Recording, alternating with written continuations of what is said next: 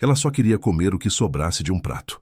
Nem imaginava que aquele pedido, feito com a voz tremendo de fome, abriria a ferida mais profunda da vida de uma mulher que havia aprendido a viver sem sentir e revelaria um crime enterrado havia 14 anos. Às vezes, o destino não chega com flores, ele chega faminto. A noite caía lenta sobre o centro de Belo Horizonte, tingindo os prédios altos de laranja e cinza. O trânsito rugia lá embaixo como um animal impaciente. Dentro do restaurante Vértice, no último andar de um edifício de vidro, o tempo parecia obedecer outra lei. Ali tudo era silêncio, perfume caro, passos macios sobre o piso de mármore. Helena Azevedo estava sentada sozinha à mesa mais próxima da imensa fachada de vidro. Usava um vestido discreto, elegante demais para quem jantava sem companhia. Sobre a mesa, um prato intacto de comida sofisticada e uma taça de vinho que ela não tocava. O reflexo da cidade piscava nos seus olhos escuros sem brilho. Ela tinha 42 anos, um império financeiro, funcionários aos milhares.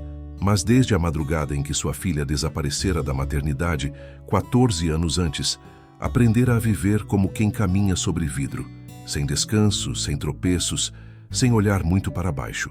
O garçom se aproximou gentilmente. "A senhora deseja mais alguma coisa?"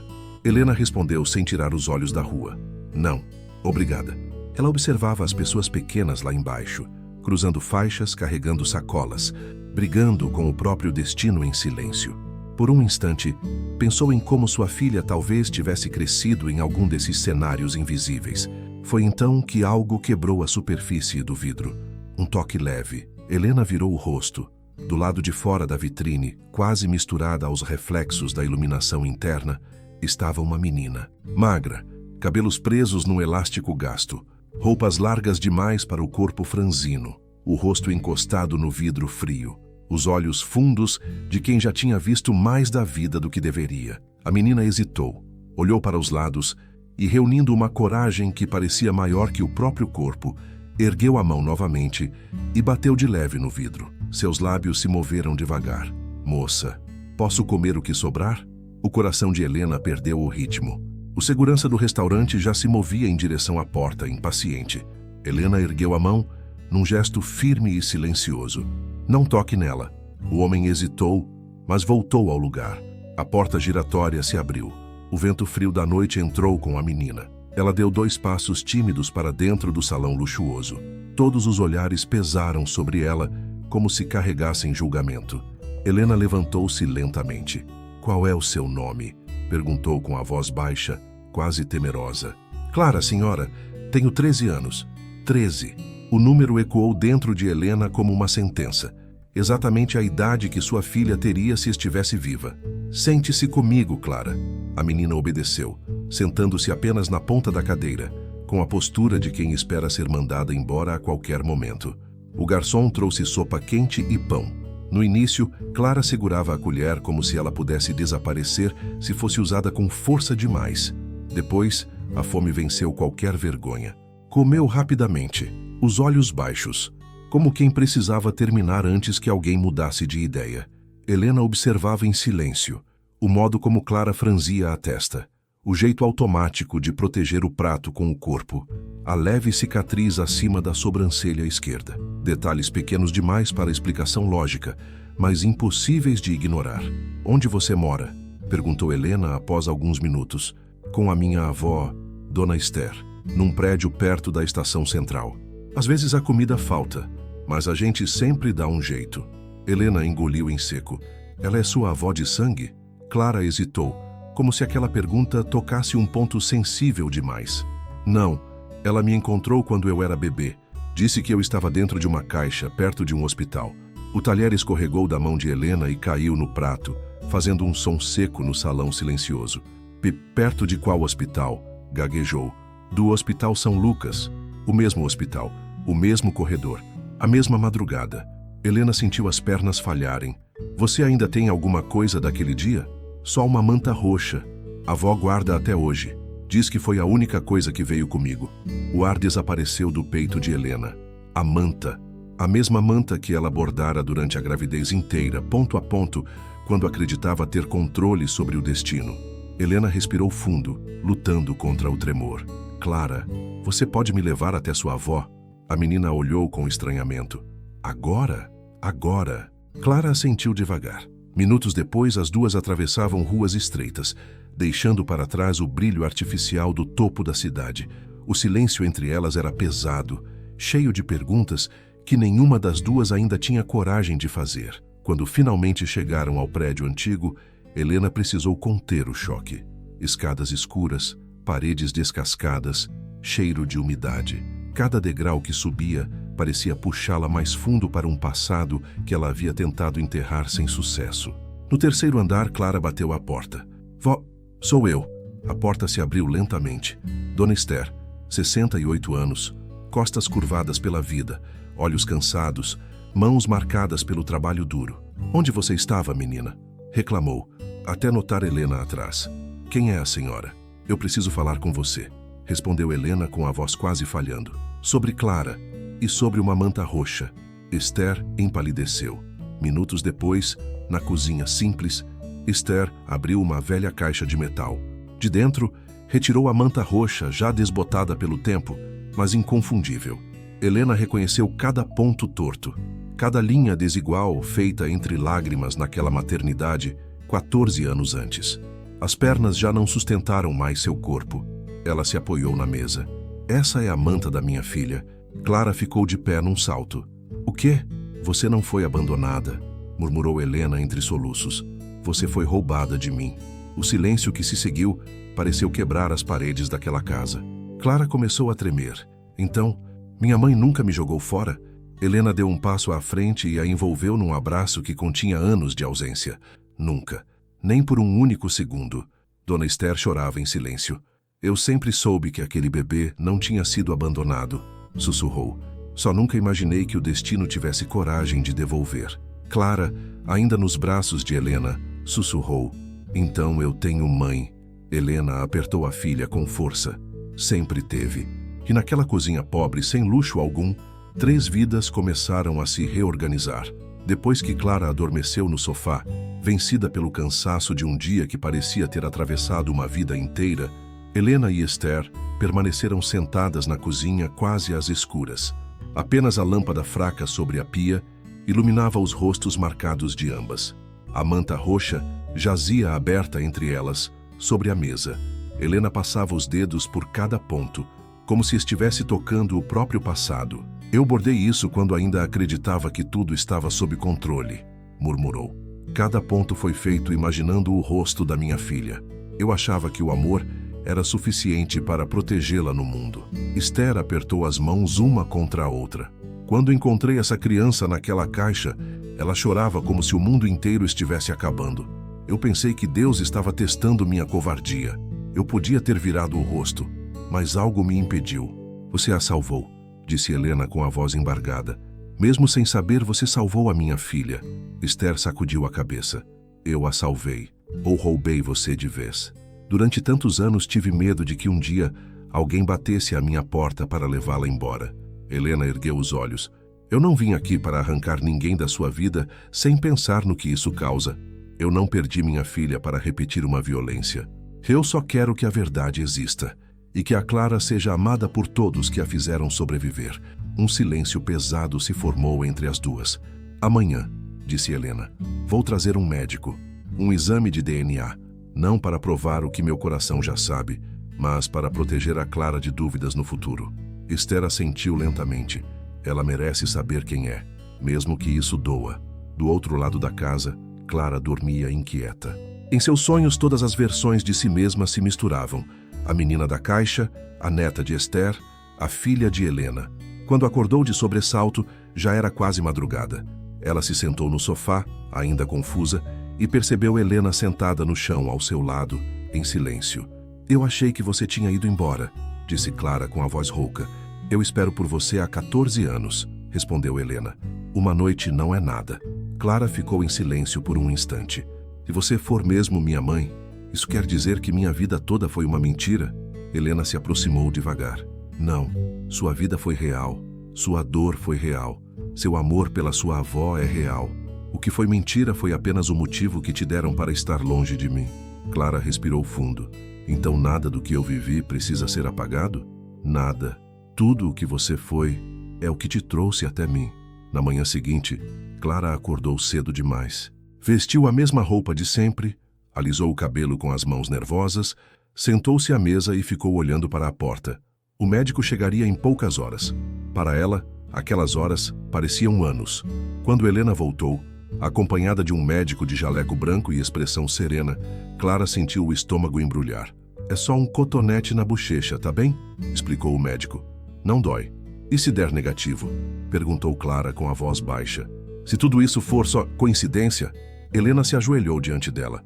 Então eu continuarei aqui, não como mãe de sangue, talvez, mas como alguém que te reconheceu como filha antes de qualquer papel. O exame foi rápido. 2 cotonetes, 2 envelopes lacrados, 2 vidas presas em uma assinatura. O prazo para o resultado, 72 horas. Quando o médico saiu, a casa voltou ao silêncio. Esther fez café. Clara não conseguiu beber. Parece que esses dias não vão acabar nunca, murmurou a menina.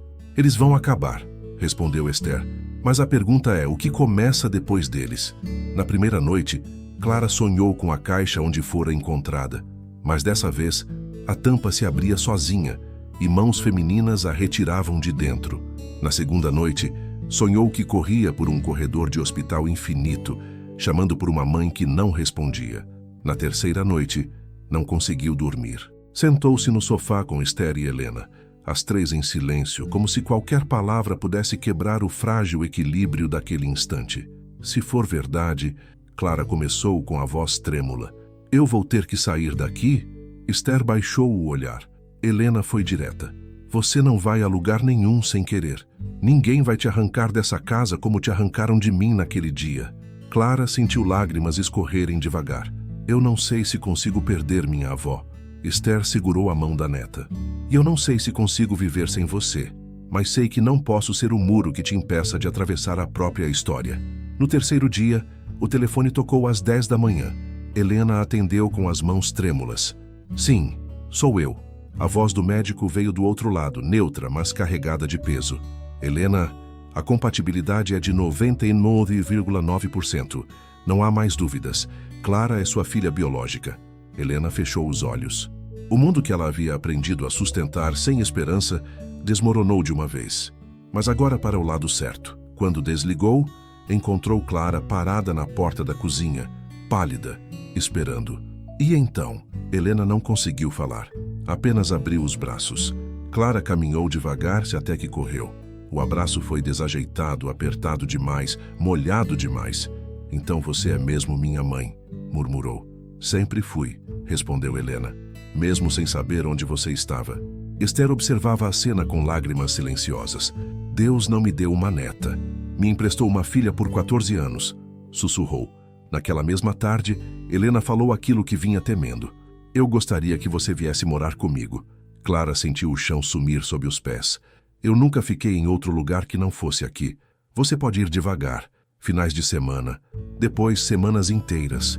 No seu ritmo, Esther respirou fundo. Ela merece conhecer o mundo que sempre lhe foi negado. E a senhora? Perguntou Clara. Vai ficar sozinha? Helena foi quem respondeu. Não, a senhora virá conosco quando quiser. O silêncio tomou a cozinha. Eu tenho medo, sussurrou Clara. Todos nós temos, respondeu Helena. Mas o amor sempre começa depois do medo. A casa de Helena era grande demais para Clara. Corredores longos, quartos silenciosos, janelas altas. Na primeira noite, Clara não conseguiu deitar na cama. Dormiu sentada no chão, com a mochila encostada ao peito. Quando Helena entrou, encontrou a filha assim. Você não precisa guardar tudo como se alguém fosse tirar, disse. Clara respondeu sem levantar os olhos. Passei a vida inteira aprendendo que tudo podia acabar em um segundo. Helena sentou-se ao seu lado no chão. Agora você vai aprender o contrário, que algumas coisas não acabam mais. Dias depois, Helena levou Clara para comprar roupas. No provador, Clara viu-se refletida no espelho com roupas novas, cabelo preso corretamente, postura tímida. Não parece eu, murmurou. Parece a você que ainda não se conhece inteira, respondeu Helena. Clara tocou o próprio rosto no espelho. Eu existo de 2 lados agora. E isso não é divisão, disse Helena. é profundidade. A mudança definitiva aconteceu numa manhã de céu nublado. Clara permaneceu parada no meio da sala pequena do apartamento de Dona Esther, olhando para as poucas malas abertas no chão. Dentro delas estavam todas as versões da sua infância. Roupas gastas, cadernos antigos, 2 brinquedos quebrados, uma fotografia desbotada da avó ainda jovem. Nada ali parecia suficiente para explicar quem ela tinha sido. Helena observava em silêncio, respeitando o tempo da filha. Esther dobrava roupas com mãos trêmulas, como se cada dobra fosse um adeus que ela ainda não sabia pronunciar. "Você vai voltar", disse Esther, quebrando o silêncio. "Nem que seja para reclamar da minha comida." Clara tentou sorrir, mas os olhos não obedeceram. "E se eu mudar demais?" perguntou. "E se eu não couber mais aqui?" Esther se aproximou, tocando o rosto da neta com delicadeza. "Quem muda por dentro nunca deixa de caber onde foi amado primeiro." O carro de Helena aguardava lá embaixo. Quando Clara desceu as escadas pela última vez, sentiu como se estivesse atravessando uma fronteira invisível. Não era apenas um novo endereço, era uma nova identidade. No banco de trás, segurando a mochila no colo, Clara observava os prédios mudarem. As ruas ficarem mais largas, os muros mais altos, as pessoas mais apressadas e mais indiferentes. "Parece outro país", murmurou. Helena a olhou pelo retrovisor.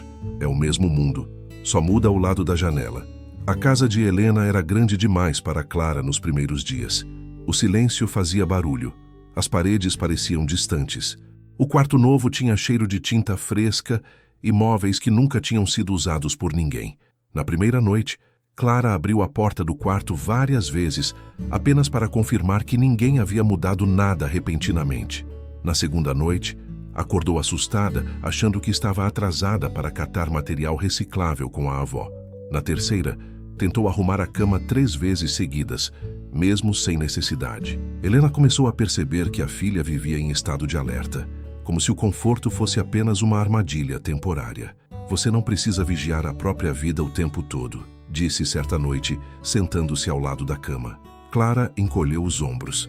"Quando a gente baixa a guarda, o mundo entra." Helena sentiu um aperto no peito. Agora o mundo vai ter que pedir licença. Na segunda semana, Helena a levou até o novo colégio. O portão era alto, de ferro trabalhado. O pátio amplo, limpo demais, organizado demais. Os alunos usavam uniformes impecáveis. Alguns entravam em carros caros com motoristas. Clara segurou a alça da mochila com tanta força que os dedos ficaram brancos. "Eles vão saber", sussurrou. "Saber o quê?" "Que eu não pertenço." Helena se agachou diante dela. Pertencer não é parecer, é permanecer. Mas logo no primeiro dia, Clara descobriu que algumas verdades não precisavam ser ditas em voz alta para serem sentidas. Os olhares demorados, os cochichos, as perguntas disfarçadas de curiosidade. "Você veio de onde mesmo? Sempre estudou em colégio particular? Sua mãe é aquela empresária da TV?" Clara respondia pouco. Sorria de forma educada, mas voltava para casa com o peito pesado. Na terceira semana vieram os primeiros ataques diretos. Uma aluna deixara um bilhete dentro de sua mochila. "Você não é daqui." Clara rasgou o papel. Fingiu que não se importava, mas se importava. Numa tarde chuvosa, voltou da escola mais cedo com o rosto pálido. Trancou-se no quarto sem explicar nada. Helena percebeu algo errado imediatamente. Bateu a porta. "Posso entrar?" Silêncio. "Clara, sou eu." A porta se abriu lentamente. Clara estava sentada no chão, abraçando os joelhos, o uniforme sujo de tinta vermelha. Helena congelou. "O que fizeram com você?" Clara tentou falar, mas a voz não saiu. Apenas começou a chorar de forma descontrolada. Depois de alguns minutos, conseguiu sussurrar. "Escreveram nas minhas costas, lixo." Helena sentiu o chão sumir. "Quem fez isso?" "Não sei." Vários riram. Ninguém parou. Helena a abraçou com força. "Isso não vai ficar assim." No dia seguinte, Helena esteve na escola, não como empresária, mas como mãe ferida. Reuniu direção, coordenação, professores. "Minha filha passou a vida inteira sendo invisível para o mundo. Agora que ela finalmente existe, vocês permitem que a transformem em alvo." A escola foi pressionada, advertências emitidas, suspensões aplicadas. Mas Clara já entendera algo mais duro. Aquele mundo bonito também podia ser cruel. As semanas seguintes foram silenciosas. Clara falava pouco, comia pouco, dormia mal. Uma noite, Helena ouviu o barulho da porta se abrindo de madrugada. Levantou-se assustada.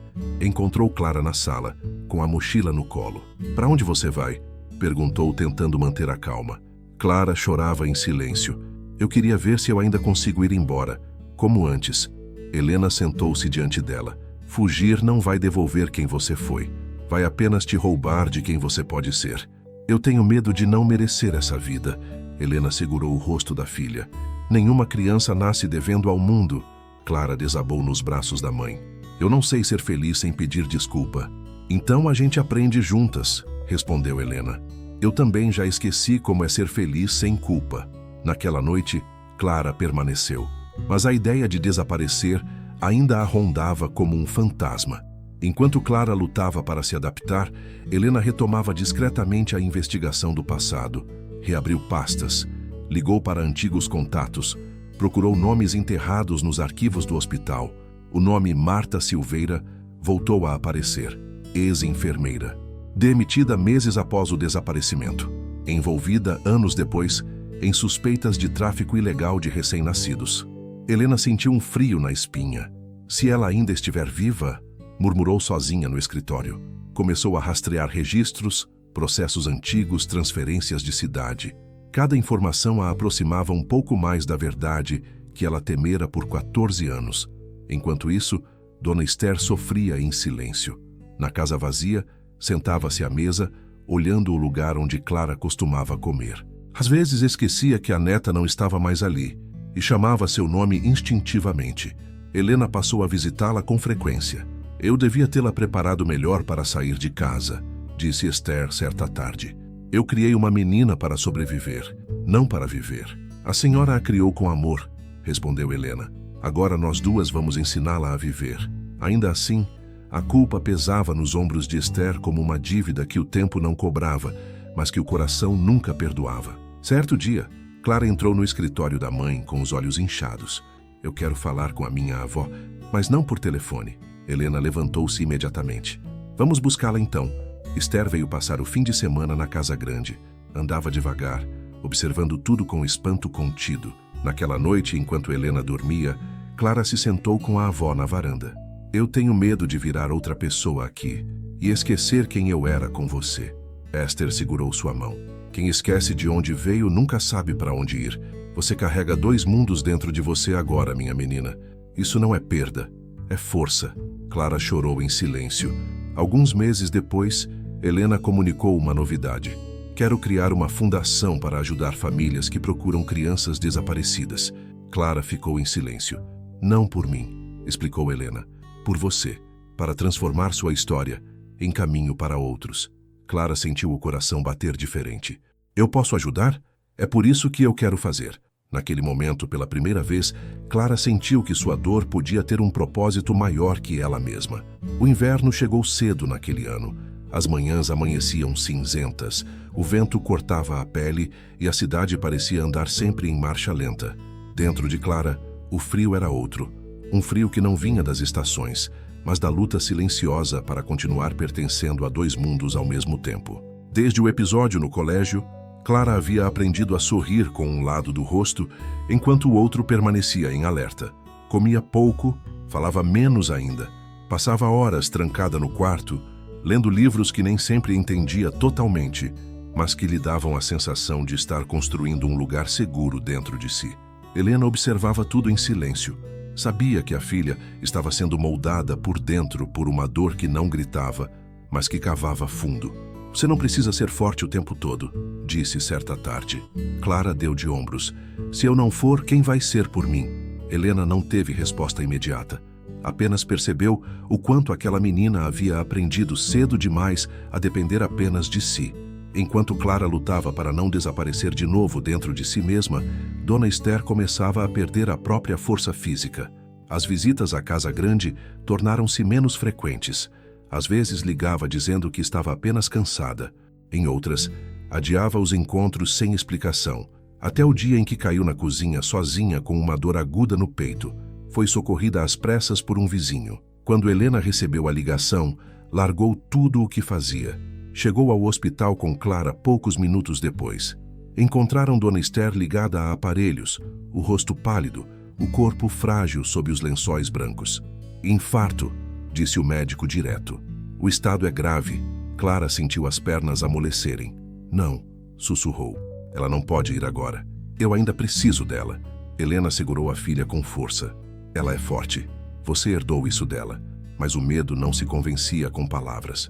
Durante a noite inteira, Clara ficou sentada ao lado da cama da avó, segurando sua mão. Cada bip do monitor parecia uma ameaça. Se você for embora, murmurou com a voz quase inaudível, eu vou achar que todas as pessoas que me amam são passageiras. Dona Esther abriu os olhos lentamente, como se tivesse ouvido. Eu não vim até aqui para te deixar sozinha de novo, sussurrou. Ainda tenho que te ver crescer inteira. Naquela madrugada, um silêncio pesado tomou conta do quarto. O monitor oscilou perigosamente. Horas depois, o médico saiu da sala de cirurgia com o rosto cansado. Ela resistiu por pouco. Clara começou a chorar ali mesmo no corredor, sem forças para se conter. Pela primeira vez desde que reencontrara a mãe, chorava como criança, sem medo, sem vergonha, sem armadura. Enquanto Dona Esther se recuperava lentamente, Helena acelerava planos que estavam adormecidos havia anos. A fundação finalmente começou a sair do papel. Pequena no início, improvisada, mas carregada de um propósito que vinha da própria carne. Clara acompanhava tudo com atenção silenciosa. Certo dia chegou um caso urgente.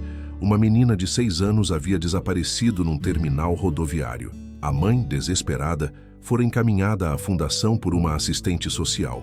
Quando a mulher entrou na sala, Clara sentiu um espelho se abrir diante de si.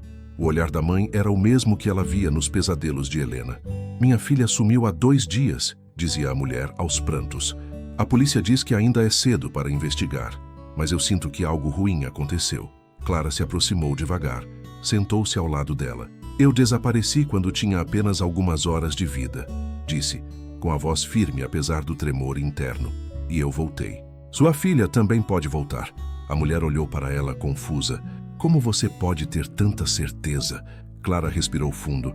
Porque eu sou a prova viva de que nem toda a história termina no desaparecimento. Durante 11 dias, a fundação trabalhou sem parar. Ligações, cruzamento de dados, mobilização social. Helena dormia no escritório. Clara mal pregava os olhos. Na 11ª madrugada, a ligação veio. A menina havia sido encontrada viva num galpão abandonado, usada para mendicância.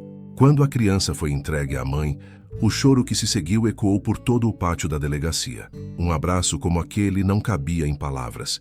Clara observava a cena com as mãos trêmulas. Eu encontrei alguém, sussurrou. Helena se virou. O quê?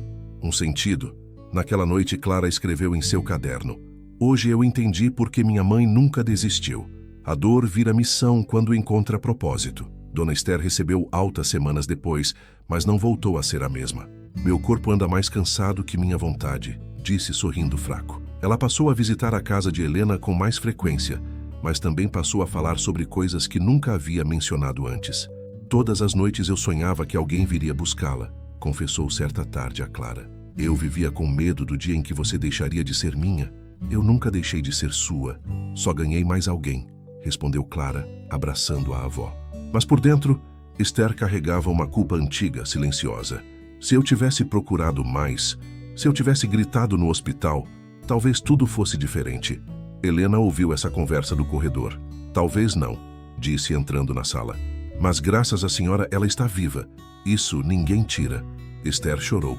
Enquanto a fundação crescia, Helena mergulhava com mais intensidade nas investigações antigas. Um detetive particular passou a auxiliá-la discretamente. Relatórios começaram a tomar forma. E mais uma vez o nome surgiu.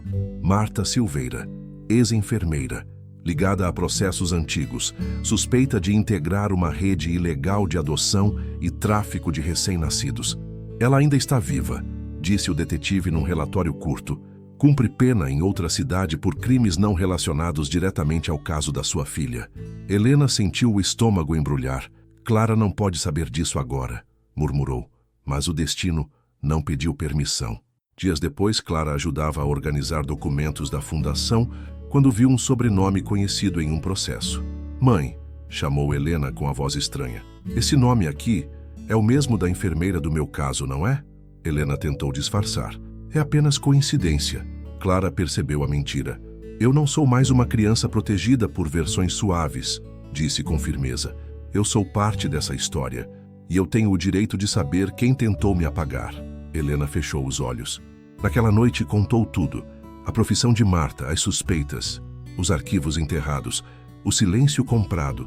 Clara ouviu tudo sem chorar. Então existe alguém vivo que sabe exatamente como eu fui arrancada de você? Sim, respondeu Helena. E eu faria qualquer coisa para impedir que você carregue esse ódio. Clara apenas sussurrou. Tarde demais. Algumas semanas depois, durante uma visita técnica com o curso de Direito, Clara esteve numa unidade prisional para observar procedimentos jurídicos. Quando entrou no corredor das celas, sentiu um arrepio estranho. E então viu a mulher sentada no canto da cela, cabelos grisalhos, olhar frio. Marta Silveira. Os dois olhares se cruzaram por um segundo. Marta levantou lentamente o rosto.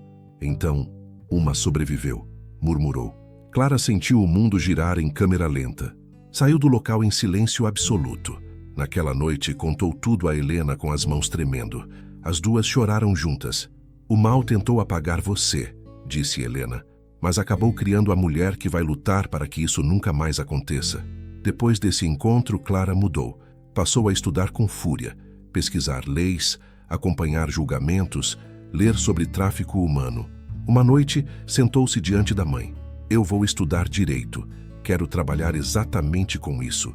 Helena chorou de orgulho e medo ao mesmo tempo. Esse caminho é pesado, minha filha. Eu já nasci nele, respondeu Clara. Enquanto isso, Dona Esther observava tudo em silêncio. Sentia-se ao mesmo tempo aliviada e deslocada. O centro da vida de Clara agora era outro. Certa tarde encontrou Helena sozinha na cozinha. Um dia ela não vai mais precisar de mim, disse com a voz baixa. Helena a abraçou. As raízes não são esquecidas, porque a árvore cresce. Elas apenas passam a sustentar mais peso. Esther sorriu com lágrimas. Os anos seguintes passaram como uma travessia longa demais para ser contada em datas exatas.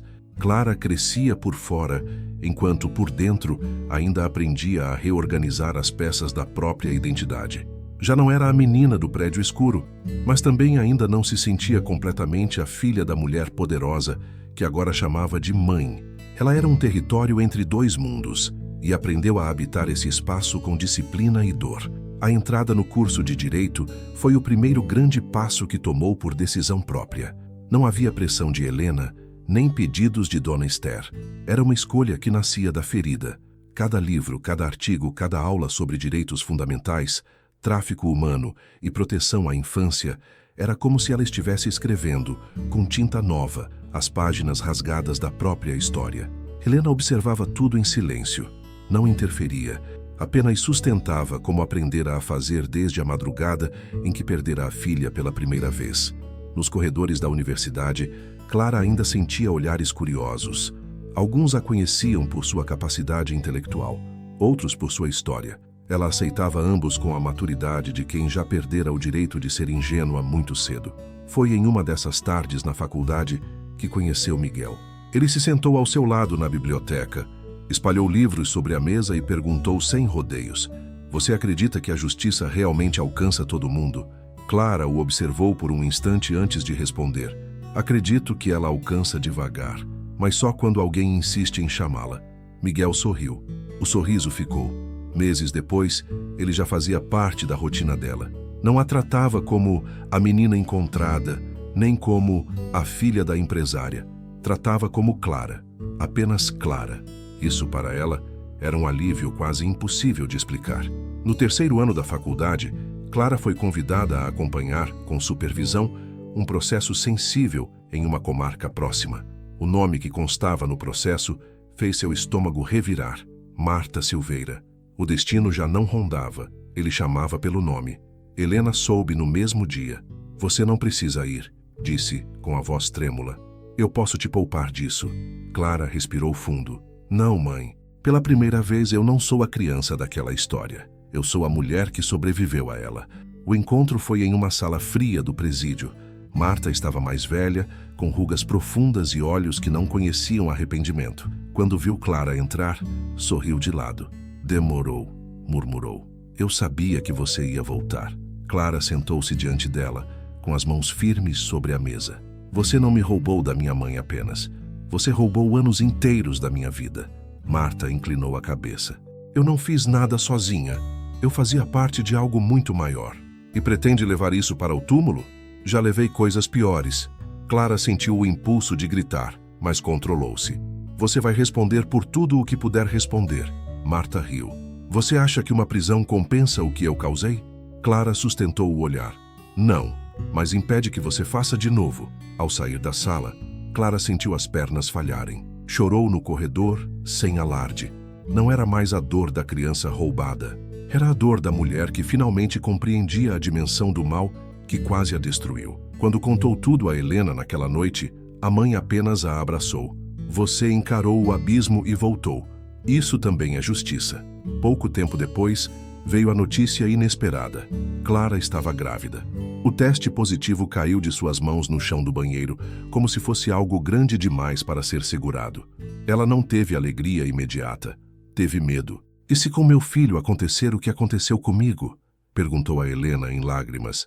Helena a abraçou como não fazia desde a infância reencontrada. Então nós vamos proteger essa criança com tudo o que não tiveram quando protegeram você. Miguel ficou em silêncio quando soube. Depois segurou as mãos de Clara. Esse filho não vai herdar a sua dor, vai herdar a sua força. A gestação foi tensa. Clara tinha pesadelos recorrentes com hospitais, corredores longos, caixas vazias. Helena dormia várias noites no quarto da filha. Dona Esther rezava todos os dias. Agora é você quem vai ser a primeira mão que esse bebê vai conhecer, dizia a avó. Ninguém vai arrancar isso de você. No dia do parto, Clara entrou em pânico ao ver o ambiente hospitalar. O cheiro, as luzes, os sons despertavam fragmentos de uma memória que ela nunca viveu, mas que carregava no corpo. Helena segurou sua mão o tempo inteiro. Você não está sozinha. Nunca mais estará. Depois de horas de dor, choro e exaustão, o choro mais esperado ecoou pelo quarto. Nasceu Lívia. Quando colocaram a bebê em seu colo, Clara chorou como nunca havia chorado nem na infância, nem na descoberta da própria história. Você não vai desaparecer, sussurrou beijando a testa da filha. Eu prometo. Helena observava em silêncio, com os olhos marejados. Naquele instante, sentiu que a ferida aberta havia 14 anos, enfim começava a fechar.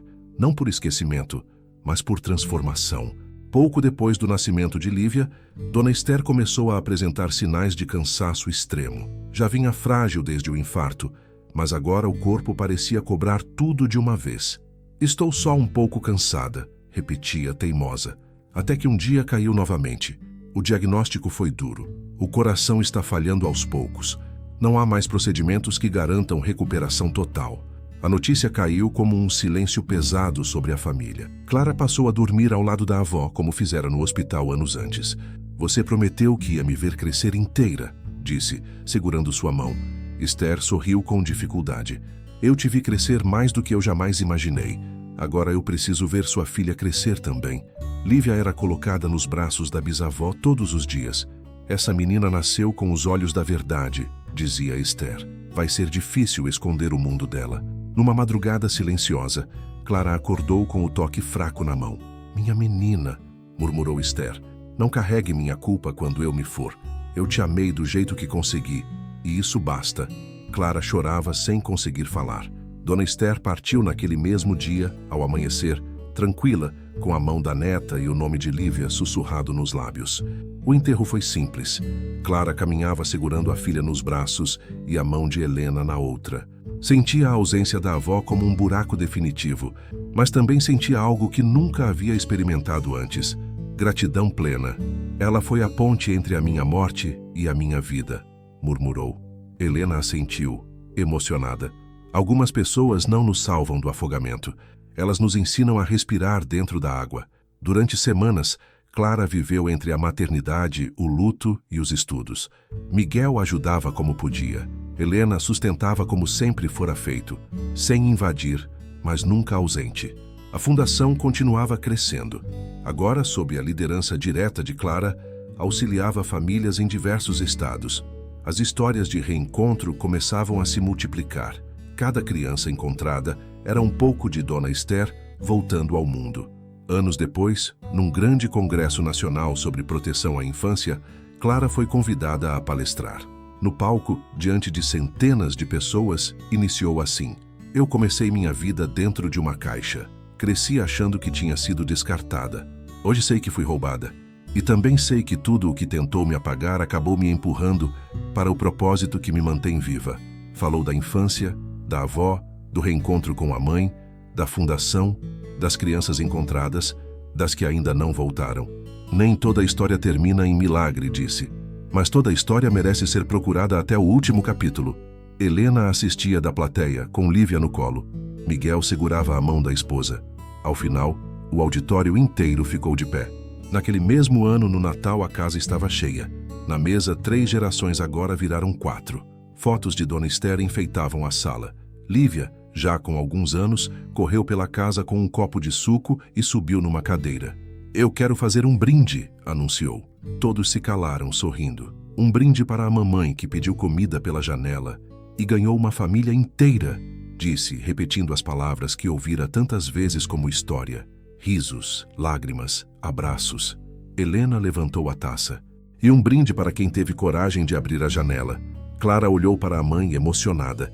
"E para quem teve coragem de não desistir de olhar para fora." As luzes da árvore piscavam lentamente. O passado permanecia existindo, mas já não doía como ferida aberta. Agora era cicatriz, prova de sobrevivência. Num fim de tarde tranquilo, Clara estava sentada na varanda de casa, observando a filha brincar no jardim. O sol se despedia lentamente atrás das árvores, pintando o céu com tons dourados e lilazes. Helena estava ao seu lado, em silêncio, com uma xícara de café nas mãos. Por um breve instante, nenhuma das duas precisou falar. Havia coisas que já não precisavam mais de palavras. Clara fechou os olhos e respirou fundo. Pela primeira vez na vida, sentia-se inteira. Não perfeita, não sem cicatrizes, mas inteira. Ela pensou na caixa, pensou na fome, pensou na janela de vidro do restaurante, pensou na mão trêmula batendo no limite invisível entre 2 mundos. Se ninguém tivesse aberto aquela janela, nada do que existia agora estaria ali. "Às vezes eu me pergunto", disse Clara, quebrando o silêncio, "quantas pessoas ainda estão do lado de fora, batendo em janelas que ninguém vê." Helena apertou de leve a mão da filha. "E é por isso que você abriu tantas outras." No quarto ao lado, uma parede era coberta por fotografias de crianças reencontradas pela fundação. Cada sorriso ali era uma resposta viva ao passado que tentou destruir aquela família. Clara olhou para a filha correndo no jardim e sussurrou: "O que tentaram roubar de mim, eu transformei em ponte para outros." Helena sorriu, com os olhos marejados. O amor sempre encontra um jeito de voltar para casa. A brisa suave passou pela varanda, movimentando as cortinas. A janela permaneceu aberta, como sinal de que algumas histórias não se encerram, elas continuam salvando outras vidas em silêncio.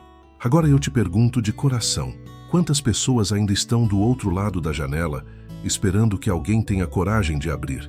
Se esta história tocou você, deixe seu like agora para que ela alcance mais corações.